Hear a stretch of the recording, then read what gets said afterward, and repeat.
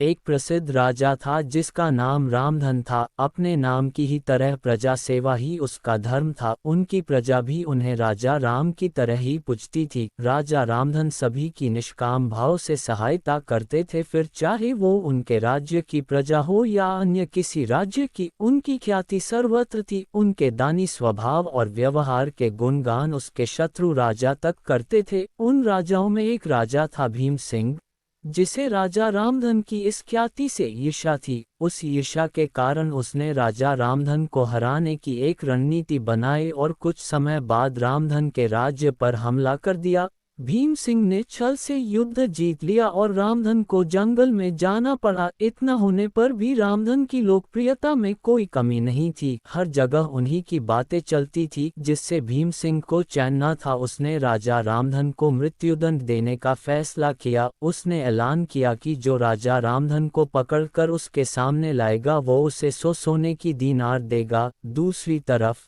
राजा रामधन जंगलों में भटक रहे थे। तब उन्हें एक राहगीर मिला और उसने कहा, भाई, तुम इसी जगह के लगते हो, क्या मुझे राजा रामधन के राज्य की तरफ का रास्ता बता सकते हो?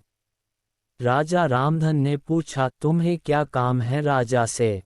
तब राहगीर ने कहा, मेरे बेटे की तबीयत ठीक नहीं, उसके इलाज में सारा धन चला गया। सुना है राजा रामधन सभी की मदद करते हैं, सोचा उन्हीं के पास जाकर याचना करूं। ये सुनकर राजा रामधन राहगीर को अपने साथ लेकर भीम सिंह के पास पहुंचे। उन्हें देख दरबार में सभी अचंभित थे। राजा रामधन ने कहा, हे राजन, आपने मुझे खोजने वाले को 100 दीनार देने का वादा किया था। मेरे इस मित्र ने मुझे आपके सामने पेश किया है, अतः इसे वो 100 दीनार दे दे। ये सुनकर राजा भीम सिंह को एहसास हुआ कि राजा रामधन सच में कितने महान और दानी हैं, और उसने अपनी गलती का स्वीकार किया। साथ राजा रामधन को उनका राज्य लौटा दिया और सदा उनके दिखाए रास्ते पर चलने का फैसला किया। दोस्तों, इसी को कहते हैं कर भला तो हो भला। कहाँ एक तरफ भीम सिंह राजा रामधन को मारना चाहता था और अंत में राजा रामधन की करनी देखे वो लज्जित हुआ और उन्हें उनका राज्य लौटा दिया और स्वयं को उनके जैसा बनाने में जुट गया। महान लोग सही कहते हैं,